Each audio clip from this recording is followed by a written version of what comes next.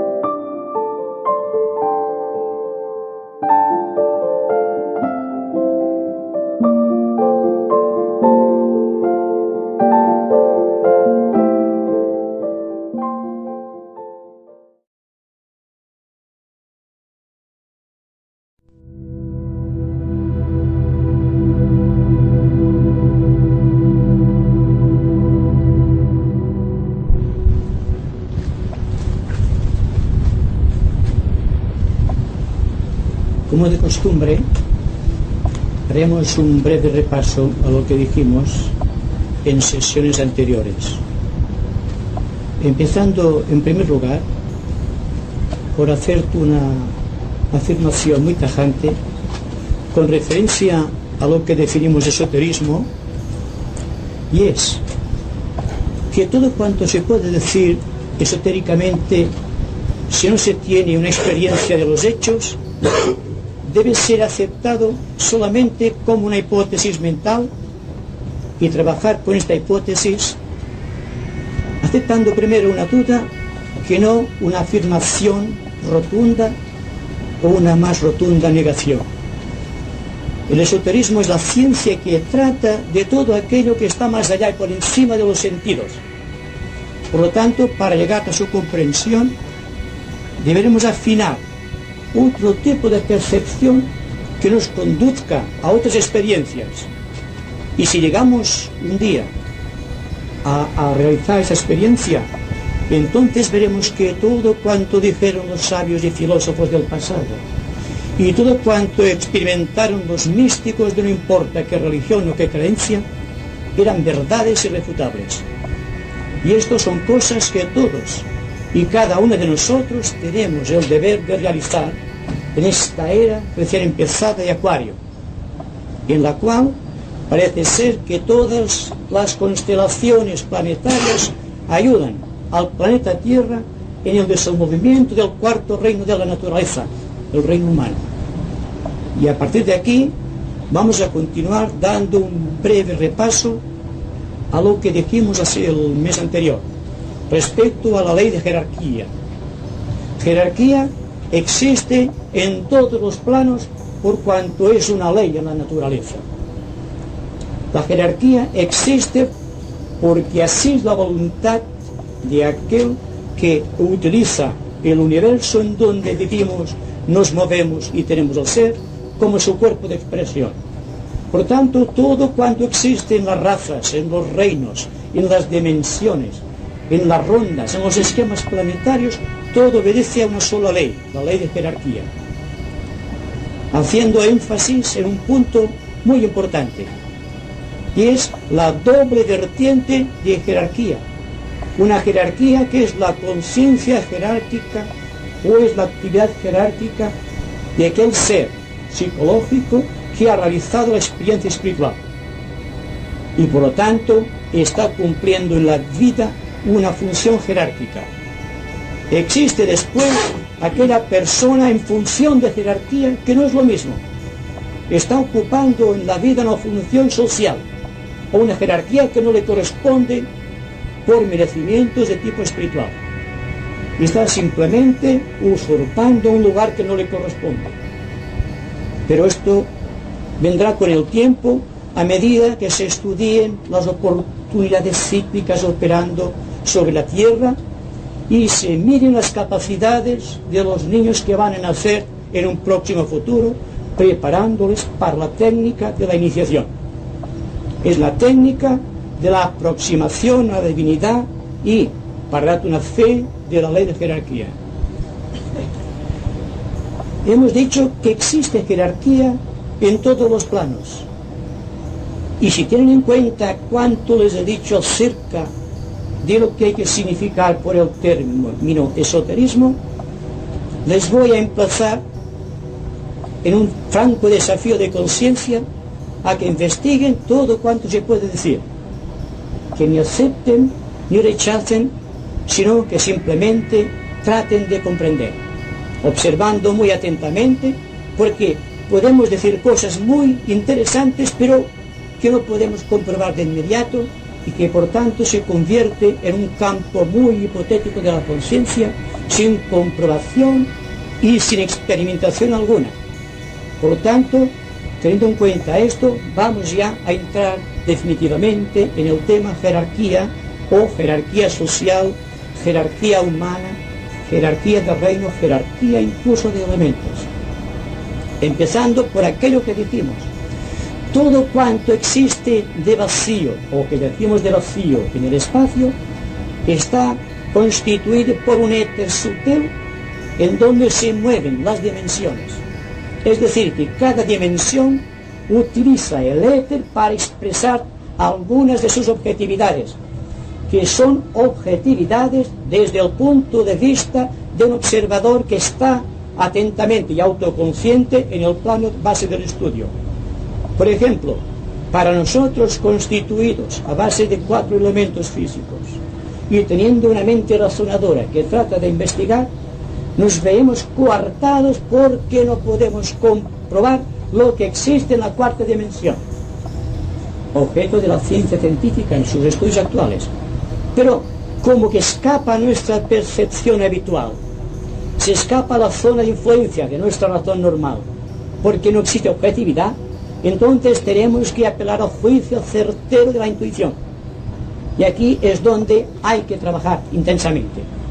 Desde el momento en que no podemos comprobar lo que existe en el plano astral, por ejemplo, no debamos negar, sino que simplemente observar y estudiar constantemente.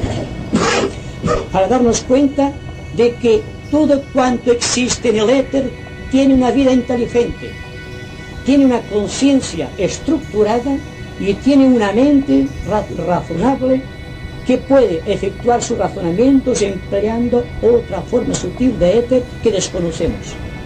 Así que el vacío que existe entre nosotros y que actualmente se están llenando por las ondas sonoras de mi voz y que en justa reciprocidad se están llenando también por la atención de ustedes al escuchar, ya tenemos que se llena este vacío por algo que desconocemos, las ondas que no vemos pero que existen. Entonces, si el aire impregnado de éter, que tiene que llevar el sonido, las ondas de la luz, las ondas de cualquier tipo, ondas ultravioletas, infrarrojos que existen en el espacio, al no poder comprobarlos experimentalmente, no por esto vamos a negarlo, sino que hay que abrir las compuertas de una nueva célula en el cerebro o en el compartimento del corazón y estar estudiando constantemente en este campo hasta que se haga la luz en nosotros y podamos tener un día una prueba objetiva de lo que existe en las otras dimensiones. Entonces tenemos, por ejemplo, que los éteres del espacio ocupados por elementos que desconocemos vienen caracterizados por un poder que podemos denominar el fuego. El fuego es la base promotora del universo. Y dentro del fuego, como dentro del agua, como dentro del agua, como dentro de la tierra, existen jerarquías. La jerarquía mayor de Agni o de fuego es Agni. Es un poderoso ser que utiliza el fuego para manifestarse. De la misma manera que utilizamos nuestra mente para manifestar la inteligencia, el dios Agni utiliza el fuego como base de su expresión, siendo la más pequeña partícula de fuego etérico, la salamandra, la más débil expresión del fuego vivo de la naturaleza, y siendo la máxima condensación de fuego, el fuego central o kundalini en el centro de la tierra. Y cuando este fuego, por la jerarquía de la psicología humana, va ascendiendo en ondas concéntricas, desde el centro de la tierra hasta la superficie, está vivificando capas geológicas de tipo etérico y de tipo denso ocupado por entidades físicas que desconocemos totalmente y que no ha llegado todavía dentro del campo de percepción del naturalismo. Así, de la misma manera que Agni es el dios del fuego, creando una jerarquía que se extiende desde el centro de su mente poderosísima hasta la más humilde salamandra. Allí tenemos el dios Zapas, el dios del agua, que está dentro de su poder todo el tema psicológico que corresponde al elemento agua. Así que cuando en la astrología se habla de elementos, hay que contar que se están manipulando energías cósmicas e inteligentes. Y eso nos dará la clave del por qué la astrología se está convirtiendo paulatinamente en la ciencia de la nueva era. Y no voy a referirme exactamente ni concretamente a la astrología convencional, sino a la astrología esotérica, que tiene como base de su propagación la psique humana y va avanzando hasta el yo trascendente y de aquí a los planos superiores de nuestro sistema solar. Tenemos también en el aire el poder de Vayu, el señor del aire.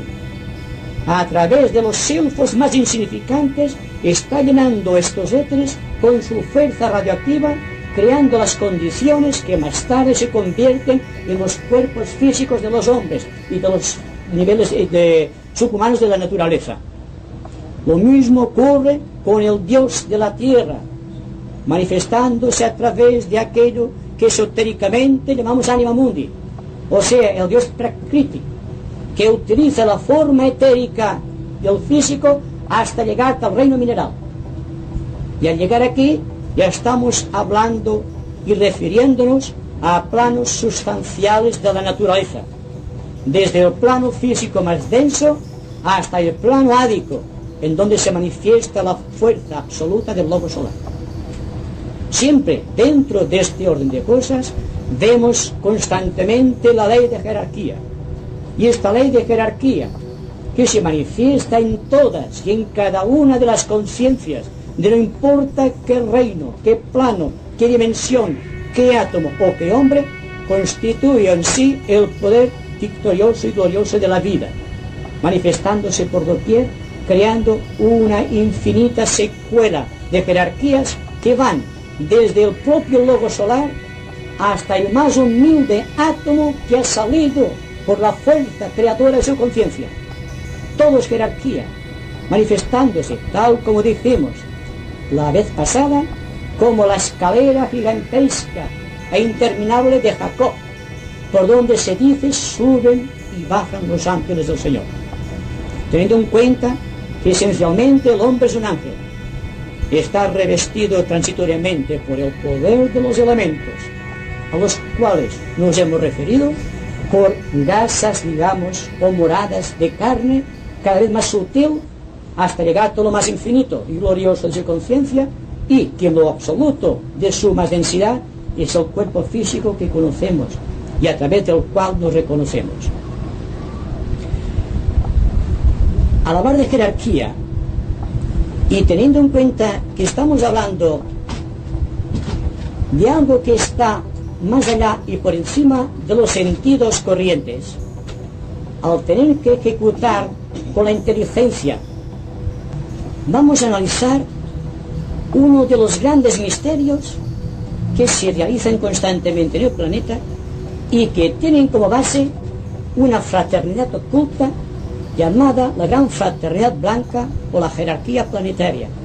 Y estamos hablando de jerarquía. Si vamos a buscar la jerarquía de los reinos, tenemos el reino mineral, el vegetal, el animal, el humano, y ahora estamos entrando progresivamente en el reino de las almas liberadas o en el reino del ángel solar.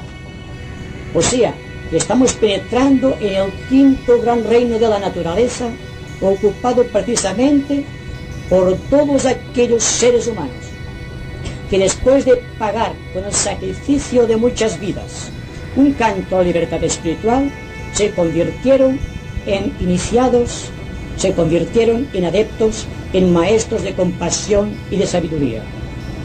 Por lo tanto, cuando hablamos de jerarquía desde el punto de vista espiritual más trascendente, según nuestra observación normal, tenemos que la jerarquía planetaria ocupa el centro del planeta en un lugar, precisamente en los montes Himalayas, pero cuyo centro místico se halla en Shambhala, la gran isla blanca en materia etérica, de la más alta vibración, en el desierto de Gobi, en el Asia más cerca de nosotros, tocando Palestina.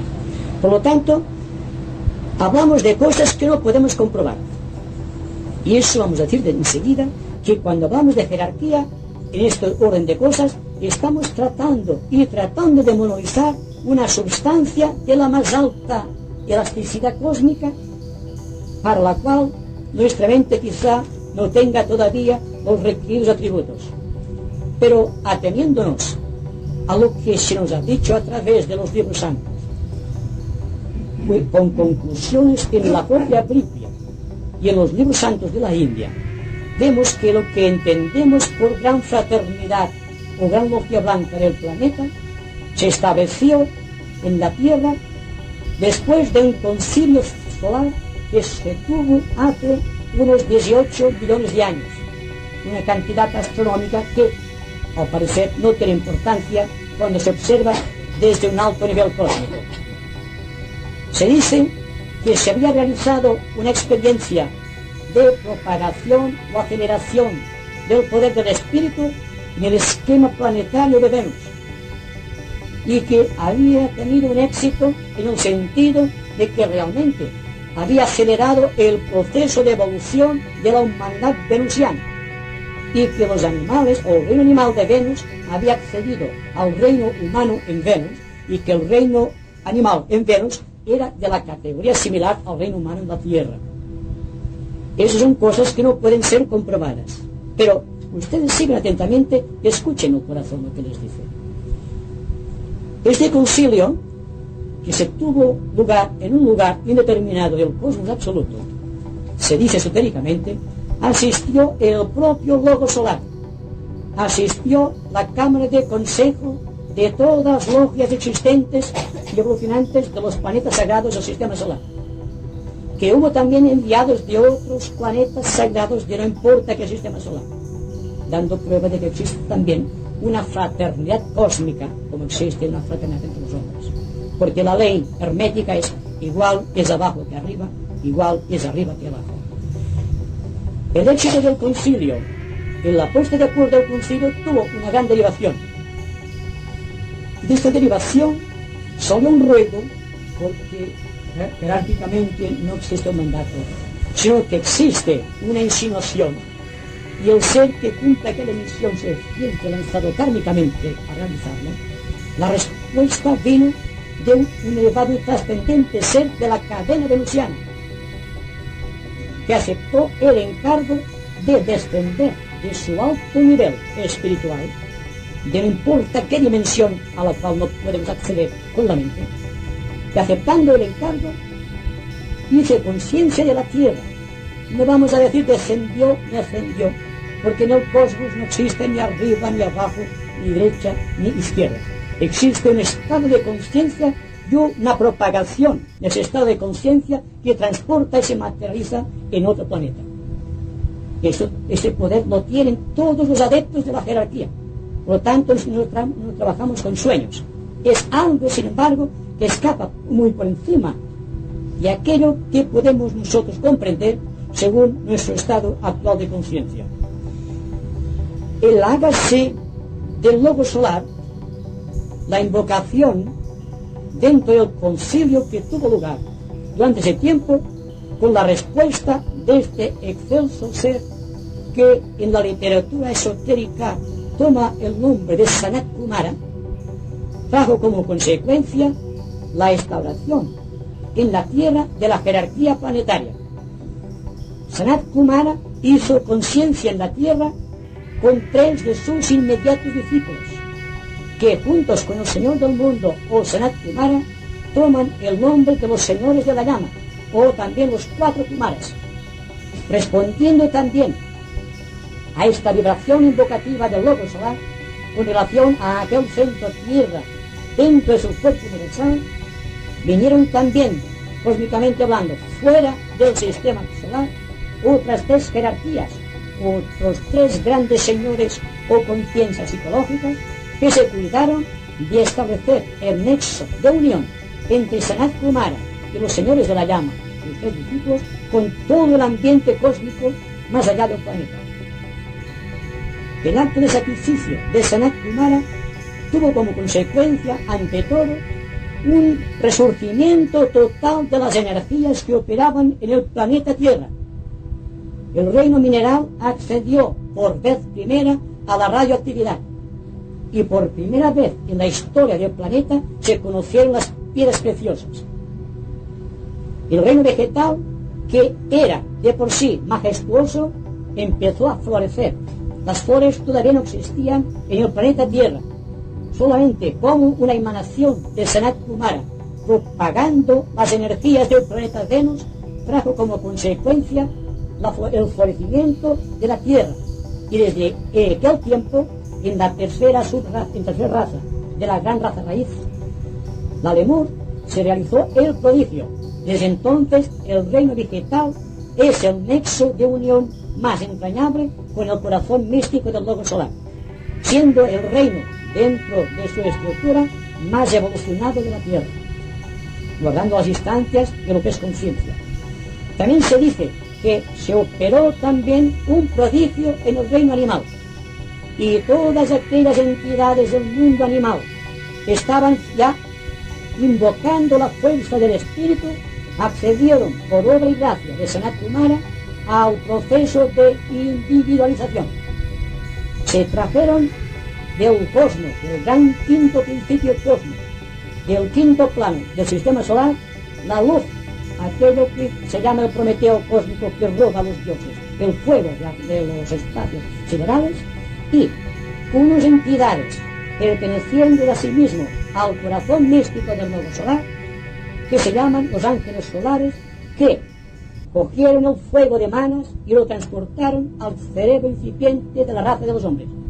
Y desde entonces el hombre accedió, por obra y gracia del Espíritu Santo, tal como místicamente se dice, a la gloria de la mente. Desde entonces, una serie indeterminada de unidades monádicas que operaban en el reino animal accedió al reino humano. Y desde entonces existió el cuarto reino de la naturaleza, o el reino humano. Aquello fue trascendido, pasaron las épocas, se sucedieron razas y subrazas hasta llegar al momento actual, que es donde basamos nuestro estudio constantemente. De la misma manera que existe un proceso que ha llevado al ser o evolucionaba en el reino animal a la gloria de la mente, existe también el ser superior o ángel solar que está constantemente llamando al hombre para consumar el verbo y realizar la perfección a la cual tiene derecho como ser humano que busca las alturas. Y el próximo paso no puede ser dado sin contar con la fuerza de la jerarquía, con esta fraternidad de almas liberadas que existen antes aún de que se creara el esquema terrestre y que por tanto pertenecen a otro universo que precedió al nuestro, como constituyendo un cuerpo dentro del logo solar. Y ahora, la jerarquía, se dice, es el chakra cardíaco de esta entidad planetaria que llamamos el logos planetario, de la cual Sanat Kumara es la expresión física. Hay que distinguir, pues, en este orden de cosas, y de acuerdo con la evolución de las especies humanas superiores, que el logo solar manifiesta su poder a través de 7 centros, y que cada uno de estos centros es un tipo de jerarquía, y que los 7 centros convertidos en planetas sagrados tienen la misión de llevar la voluntad del logo solar o el Dios del universo a todos y a cada una de aquellas unidades vivas de conciencia que realizan su evolución en el planeta Tierra. Y como el que está más adelantado en este orden de cosas es el ser humano, vamos a buscar su jerarquía para ver cómo se introduce jerárquicamente en el reino de las almas liberadas o en el reino de la gran fraternidad blanca o la jerarquía planetaria. De aquí es donde hay que extremar el cuidado la atención y adquirir ya como seres conscientes y apercibidos el poder de ascender a voluntad, operando con aquella clave mágica del principio de los tiempos en que Sanat Kumara vino al planeta Tierra para dar la oportunidad de un estado de conciencia evolutivo marcado constantemente por la prueba del fuego, por la prueba iniciática que conduce al reino de las almas liberadas. Y vamos a insistir nuevamente que lo que se pretende en este orden de cosas no es crear un gigante del intelecto, ni crear un gigante con poderes psíquicos trascendentes, sino crear simplemente un buen ciudadano, una persona capaz de vivir con sus hermanos sin reaccionar, una persona, en fin, corriente, sencilla, solamente con un propósito encendido en el corazón y capaz de efectuar en el radio de acción kármica de su vida correctas orientaciones. Es así como se asciende al reino espiritual. Y todas aquellas personas que realizan el programa cósmico en su mente y su corazón y trabajan por la jerarquía, que realizan su función social de acuerdo con una conciencia jerárquica y no solamente en plan de jerarquía de funciones, están trabajando por esta jerarquía. De hecho, son aquello que místicamente llamamos discípulos, siendo el discípulo la encarnación viva de un propósito de la divinidad latente en el corazón místico del cuarto reino de la naturaleza, es decir, el ser humano. Y como existe todavía la clave mística del Señor del mundo para acceder a este poder infinito de traslación de conciencia, podemos decir que ahora estamos ya ascendiendo, siendo la línea más rápida de ascensión, la simplificación constante de nuestra vida.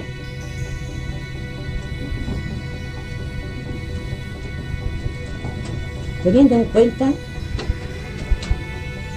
que la fuerza mística del verbo o del espíritu creador está en todos y en cada uno de nosotros y que constantemente estamos manipulando fuego.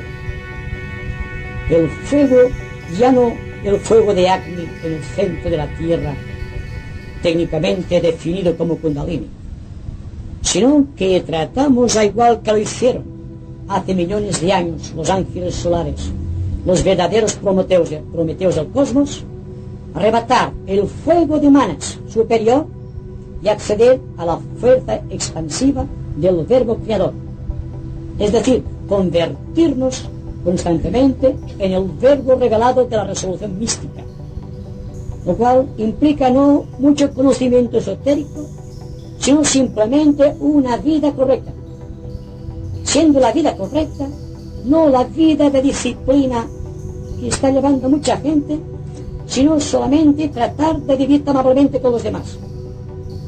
Y si ustedes analizan el proceso, verán cuán difícil es vivir amablemente con los demás, porque estamos acostumbrados a buscar la jerarquía en un sentido funcional, pero nadie se atreve a ejercitar una virtud o un poder jerárquico, porque el poder jerárquico no se basa en el intelecto ni en los poderes psíquicos, sino en la intuición espiritual. ¿Y quién de nosotros no tiene intuición?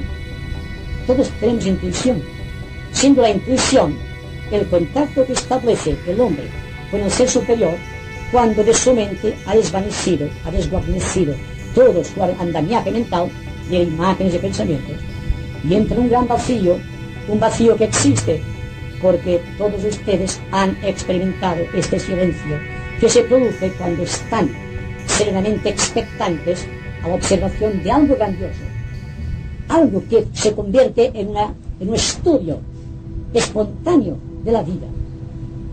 Yo les diré, una puesta de sol magnífica, o un cuadro, una obra de arte, una estatua, algo de la naturaleza. Si la fuerza de la atención es tan suprema que hacen contacto con el alma de aquella cosa, sin darse cuenta, entran en un vacío sublime, en una tremenda quietud, en un silencio mental del cual no se tiene noción, siendo entonces el silencio del cual nos hablaron los místicos el único poder o de jerarquía que nos permite acceder al reino superior, al quinto reino de la naturaleza, teniendo en cuenta también que el silencio atrae a los devas. Si queremos ser amigos de los devas, siendo los devas sustancias inteligentes que integran el éter y que producen todo cuanto el hombre es capaz de producir, por cuanto son los constructores de la naturaleza, si somos capaces de invocarlos en ese silencio místico que todos podemos experimentar, entonces tendremos en nuestras manos el poder más formidable de contacto con el yo superior y con el yo que está por encima de todos los yoes, es decir, el yo divino que utiliza todas las fuerzas de la naturaleza para expresar su voluntad omnipotente. Así que todo está en nuestras manos. Si podemos establecer solamente un nexo de unión de lo que significa jerarquía, sin tratar de preguntar formas, sino de desvanecer constantemente las formas que nos separan del ideal, entonces entraremos en el camino místico o antacarán de luz que conduce al quinto reino. Y sabemos también que muchas veces ciudadanos del quinto reino han pasado por nuestro lado y no los hemos reconocido. Este es el misterio más grande, porque siempre se le dice al discípulo en probación, y se le prueba de esta manera: pasará el maestro por tu lado y no lo reconocerás, porque estás acostumbrado a ensuciar las cosas con el intelecto. Y en el reino del espíritu el intelecto no tiene valor. El intelecto solamente es para expresar formas, y el maestro adopta todas las formas posibles. Y cuando pasa un maestro por tu lado en forma de mendigo, ya no lo reconoces. Por tanto, si somos sencillos, el maestro estará constantemente con nosotros y estaremos dialogando con él, porque cuando digo que hay que ser amable es porque es el peligro que existe de que el hombre no sea amable. Es decir, que el ser humano no es amable, es agresivo, y dentro de esta agresividad utiliza el intelecto como arma de competencia. Y aquí tenemos la sociedad tal como está estructurada en la actualidad. Es un mundo de competencia, y en el mundo de competencia es muy difícil que el hombre llegue a penetrar el sentido exacto y positivo de los valores espirituales, porque para él no tiene ningún fundamento ni significado. Hay que dejar todo a un lado, hay que perder místicamente peso para llegar a la ascensión. Precisamente el misterio de la ascensión, de acuerdo con la analogía hermética, es que hay que perder substancia de los cuerpos, con lo cual viene revestido nuestro yo trascendente para poder llegar al misterio de la iniciación, que nos prepara para ser maestros dentro de la logia espiritual de nuestro planeta. Y eso está abierto para todos nosotros. No es aquello que se dice, que son muchos los llamados y pocos los elegidos. Yo diría que todos somos llamados y todos somos elegidos, porque la oportunidad es para todos y hay que abrirse a esta oportunidad para poder ascender constantemente, y al ascender ayudar a ascender a otros que están en un nivel inferior dentro de la escala psicológica de la vida. Esta es la primera premisa que corresponde a los aspirantes espirituales del momento, dentro de los cuales podemos englobarnos todos nosotros. Todos somos aspirantes que estamos suspirando por algo superior. De no ser de esta manera, no estaríamos aquí en este momento. Queremos algo más, porque la vida no nos satisface plenamente. Y cuando la vida nos satisface plenamente a un ser humano, tiene que abrir otros campos, otras estructuras que tiene que edificar y crear este puente luminoso que va de la mente concreta a la mente abstracta, o que va de la mente al corazón y buscando la voluntad omnipotente de Dios en uno, para poder llegar a la comprensión de lo que se espera actualmente del cuarto reino de la naturaleza, de las unidades del reino humano, dentro de los cuales todos estamos incluidos. Y si entre nosotros hay algo que tenga esta percepción del quinto reino, será una levadura magnífica, será lo que llamamos la sal de la tierra, a la cual se refería Cristo. Todos estamos, pues, en este plan de pasar de una teoría de conocimientos intelectuales a la fecundidad y sencillez de la práctica de la vida cotidiana. Y esto es un tremendo desafío a la conciencia esterilizada del hombre culto de nuestros días. aspirante espiritual que conduce a un estado de mente y de corazón en equilibrio, que nos habla perfectamente de aquello a la cual se han referido siempre los libros esotéricos de todos los tiempos, al estado de discípulo. ¿Qué es un discípulo? ¿O es que solamente han habido 12 discípulos? Cada persona que busca a Dios es un discípulo.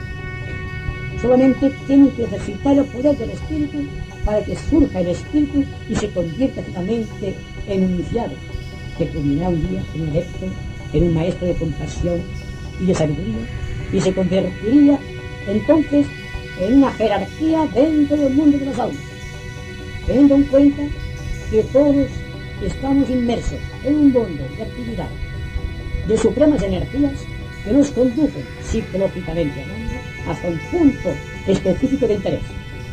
Y este punto específico de interés crea no solo jerarquías, sino tipos psicológicos. Y esto es lo que hay que tratar de buscar. ¿Cuál es el tipo psicológico? ¿Cuál es el rayo que nos condiciona? ¿Cuáles las cualidades de nuestra vida? ¿Cuál es nuestro tipo de mente? ¿Y cómo debemos actuar en la vida para ser unos servidores del Señor? Ya no simples invocadores de su fuerza, sino en símbolos de su fuerza edificante y magnífica de redención. Como saben, existe en jerarquía los que llamamos rayos. Los rayos son simplemente cualidades de vida de la divinidad.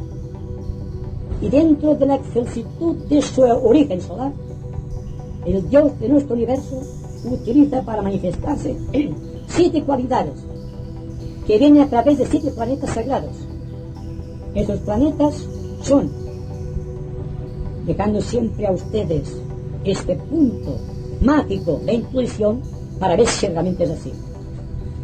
El primer rayo, por ejemplo, con la cualidad de la voluntad superior, corresponde a Urano. Urano, que antes estaba velado por el Sol. Cuando Urano fue descubierto, entró en ejercicio el poder místico de la intuición. El segundo rayo está ocupado por aquella gloriosa potestad que utiliza el planeta Júpiter como campo de expresión. Y es el que en este universo expresa más claramente y más diafanamente el amor de Dios. Tenemos también el planeta Saturno, que está operando con la línea del tercer rayo, que es la que es el verbo revelado y que constituye la clave de la evolución del hombre, porque es el poder místico de la iniciación. El cuarto rayo viene avalado por la fuerza invicta de Venus, siendo Venus el planeta que expresa la armonía y la belleza de la naturaleza. El quinto rayo pertenece a la actividad misteriosa de Mercurio, el mensajero de los dioses, el veloz, estando Mercurio misteriosamente conectado con el quinto subplano de nuestro sistema solar y manifestándose ahora plenamente en la quinta raza, en la quinta subraza actual de nuestra quinta raza aria. Y, paradójicamente, la fuerza del idealismo creador o del poder místico de la devoción o sexto rayo viene caracterizado por la fuerza de Marte, el planeta que aparentemente es el dios de la guerra, pero que místicamente es el poder que transforma el ideal en una realidad práctica. Es el poder de la solución, es el poder de la fuerza. Y esto lo sabe bien el que tiene un tipo marciano. Está creando un tipo psicológico de poder, siendo un maestro Jesús, un tipo devocional de sexto rayo, que no fue, según se nos dice, un hombre dulce, sino que fue un hombre fuerte, un hombre que utilizaba el poder mágico de la devoción para crear una nueva sociedad. Por eso Jesús fue un gran revolucionario, siendo el último de los planetas, el planeta que corresponde al séptimo rayo, Plutón. La fuerza mística de Plutón, también descubierto más adelante, ha creado las condiciones para que el poder de Urano se manifieste en el mundo físico, a través del séptimo rayo, siendo el séptimo rayo el poder que está actuando actualmente en el planeta Tierra a través de las radiaciones que nos vienen de la gran constelación de Acuario y a través de Urano. Así que tenemos una serie de pormenores que no se pueden comprobar, no se pueden medir, no se pueden señalar objetivamente. Se tiene que comprender por la intuición, se tiene que tratar de comprender por aquella evolución mística que tenemos todos en el interior, sin la cual no es posible estudiar ninguna particularidad esotérica de nuestro mundo.